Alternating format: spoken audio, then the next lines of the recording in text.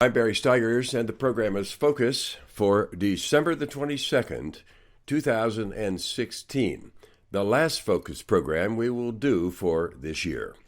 We are also planning to do a video and place it on Facebook and Twitter this week and every week from now on. The events of the past few weeks, and as recent as yesterday, have made it difficult to pick out all the Focus features that I would like to talk about today because there are so many. So I've selected the following: Colonel John Glenn, the history of Christmas and the history of Santa Claus, the Electoral College results, release or failure to do so, the income tax reports by incoming President-elect Donald Trump. John Glenn was an American hero. I love to tell the story of my own personal interest in the space program and the Mercury Friendship 7 project. I was a young executive in the cable television industry, and on February 20th of 1962, John Glenn entered a space capsule, rode the Atlas 6 rocket, and in 4 hours and 56 minutes had circled the Earth 3 times at 17.544 miles per hour. He had to make personal adjustments to the spacecraft by turning it 180 degrees so he could observe the Earth out of the skimpy little windows. He also wanted to observe the sunset and sunrises from a view never before seen by man. And then he descended back into the atmosphere and splashed into the Atlantic Ocean, almost within eyesight of the Navy ship the USS Noah. He was floating and bobbing in the ocean as the rescue crew mounted the capsule and extracted John Glenn, who then instantly became the world's bigger-than-life hero, at least to me and a lot of people like me. I didn't own a color TV set those days, but I borrowed one just to watch this event. I kept my oldest son home from school that day to witness this incredible feat, as my excitement became almost overwhelming as the minutes and the events unfolded, and Glenn was plucked from the capsule, all captured on color TV. I said to my son, David, "Aren't you excited at what Colonel Glenn just did?" He looked up at me somewhat puzzled and declared, "Dad, Scott McCloud does that every day on Channel 5, and his car goes underwater, too." Well, the deflation I felt at this brought me to the realization that this daily television show for children, even though it was a show with puppets, was educating our children into seeing the future, even though it was fiction. My first thought was sadness, then amazement that these young people would probably bring this fiction to reality. And after all, isn't that the job of the dreamer? So here we all are these years later, many heroes that appeared on TV in some fashion and excited generations of thinkers and dreamers into doing such wonderful things. May I remind you of the comic book character Dick Tracy and his television wristwatch? And do you think that might have been the impression that edged on Apple's Steve Jobs? We've talked many times here on Focus on how television can immediately project into millions of homes, and people like or dislike, love, cry, get excited about who and what they see instantly. Remember our conversations about how television had influenced the presidential elections? And do you remember who I thought would win this election?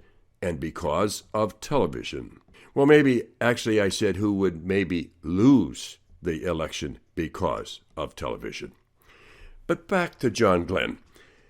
John was born on July 18th of 1921 in a small town in Ohio.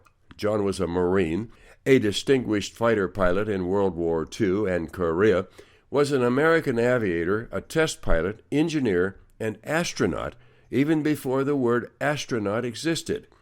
His later life after retirement from NASA and the Marine Corps, he was elected to the United States Senate, serving there some 24 years. He also was the last survivor of the Mercury 7 astronauts and the oldest person to fly in space when he re-entered space flying in the Discovery Space Shuttle, the first operational shuttle that they have ever retired. John Glenn had a heart valve replacement in June 2014, then was diagnosed with cancer early December of this year, passing away on December the 8th. No formal cause of death has been issued, but family members reported he was mentally alert, but body was failing. At age 95, his body had experienced more unknown pressures and experiences than anyone on earth to date. He was blessed, and so are we, to have had his perseverance, leadership, and vision to push this country into the vast unknowns and chartered missions for our children and grandchildren for centuries to come. God rest you, John Glenn. I love Christmas, probably should not, since two major dramas have occurred in my own personal life over the holidays. My mother died with leukemia in 1950. We celebrated her last Christmas with a natural Christmas tree, which we had trekked out into the snow in the Pennsylvania fields to get and cut and then drag home. Then we decorated it with popcorn and real cranberries and some Christmas lights that were filled with olive oil that boiled into a glass stack that glowed into the softly lit room by a wood fireplace. The lights were old even then, but memories are still here today. Lost my favorite grandfather on this holiday season right after Mother died. And to this day, I miss them and remember them as major influences on me, even to this day. Both taught me that dying was part of living, and we must accept, respect, and remember those that transition from life, and praise everyone and each minute you have. Maybe that's why I love this season so much. It floods the good with the sad memories and sort of reboots my soul. What I've decided to do over these holidays is I start at Thanksgiving, and through Super Sunday Super Bowl, remember all that have passed through my life, made an impact, and thank them for their kindness, impressions, and the teachings that they have contributed into my life. It also makes me reassess my life, contributions, and the teachings to others, which is like carrying family traditions forward. If I could put all this in a single sentence, it would be something like this. Be kind to all. Appreciate all the information you receive from everyone, good or bad. Respect everyone, no matter their lot in life. We all have stories. Learn from all every day. Always focus on the truth, but understand people lie. Seek to understand without prejudice. Always examine your beliefs and make sure they are in tune with the current reality. Expect change and prepare for it, since it is inevitable. This took me away from the Christmas subject a bit, so let's examine that part of the season. Christmas is a Protestant holiday celebrating the birth of Jesus Christ. The debate of why December 25th is still raging on, with scholars trying to justify the date. It ranges from Romans marking this date as the winter solstice, to exactly 9 months from reported conception of the baby Jesus Christ, a library of other thoughts over centuries of time. The Christmas holiday has had several lives. It was banned by several political movements over time. In one period, poor people would actually go to the homes of the rich and demand the best of the richest food and drink, or they'd terrorize the occupants with mischief.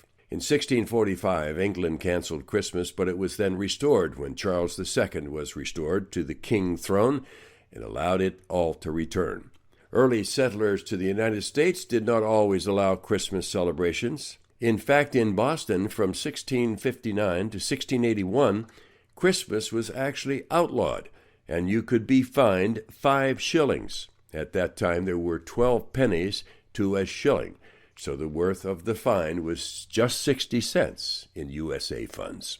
Meanwhile, in Jamestown, Captain John Smith reported that Christmas was fully celebrated and enjoyed by all. Following the American Revolution, when English customs fell from favor, Christmas slowly returned, and in June of 1870 it was declared a national USA holiday. Americans actually moved over time Christmas from a season of turmoil to peace and love. In the early 19th century, Christmas was often the scene of rioting and gang turmoil. In 1828, the New York City Council instituted the very first police force to quell the riots that were resulting from major unemployment and class conflict. Things began to change as English author Charles Dickens published A Christmas Carol, and the USA population looked toward recent immigrants and churches to start embracing Christmas as a family holiday.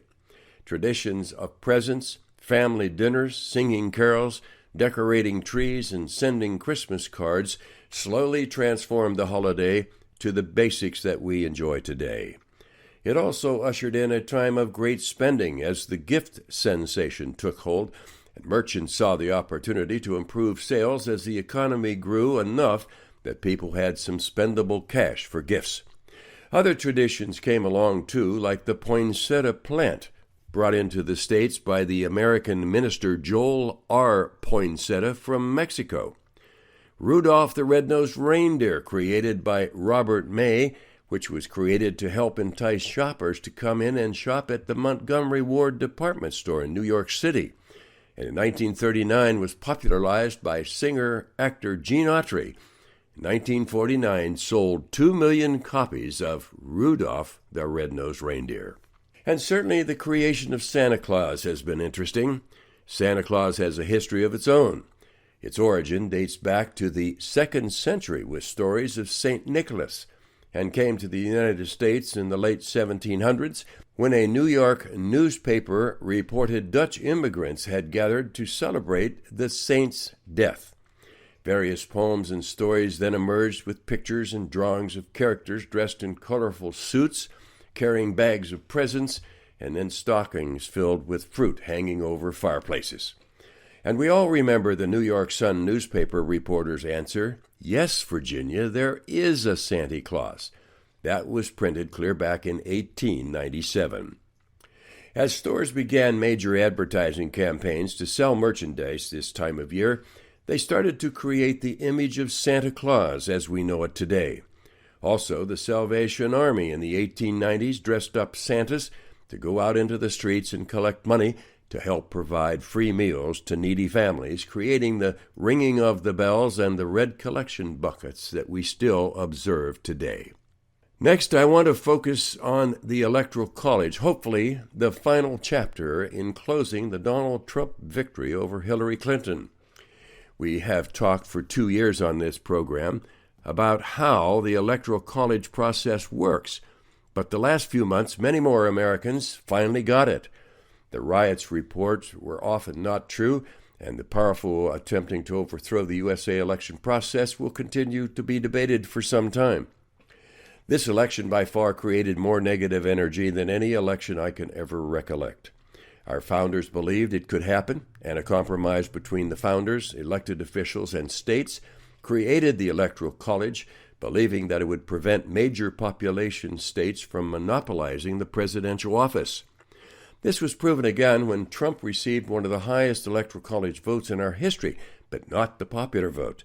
The point was simply explained on Monday after results were published, that if the state of California, with over 39 million people and 55 Electoral College votes, were to be removed from the 2016 election count, Donald Trump would have still won the Electoral College vote and also the popular vote.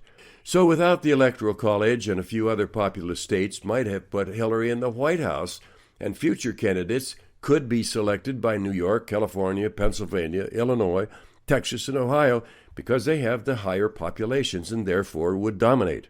Exactly what the Constitution guarantees will not happen. Will we change this process before the next election? Probably not, since it is a constitutional process, and changing it would take a majority of the states to agree. That would not be fair to all concerned, for sure. As one of my show contributors said to me the other day when I asked him about his impression of the election results, he just said, "Barry, the Constitution worked." I've analyzed over the past few months the frenzy of making candidates for public office release their personal income tax reports. I've come to the conclusion that this is just another ploy to find issues that can be used against opponents to embarrass and kick the opposition off track. There are lots of questions about why Trump has not released his income tax information. So why is this important?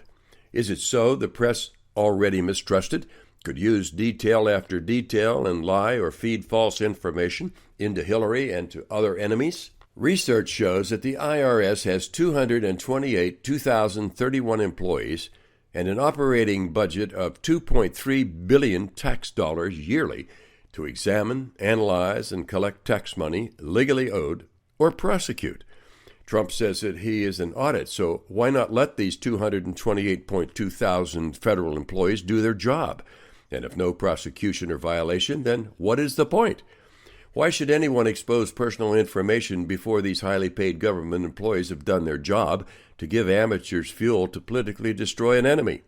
If Trump has violated the tax law, then he should be arrested and go to court, not try him in the press in assumption or internal political desires to destroy an opponent. Why doesn't the press make this point? Now that is an interesting question.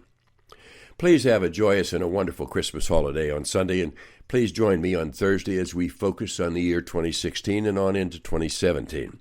Thank you for listening this year, and thank you for all your kindness this year, and God bless.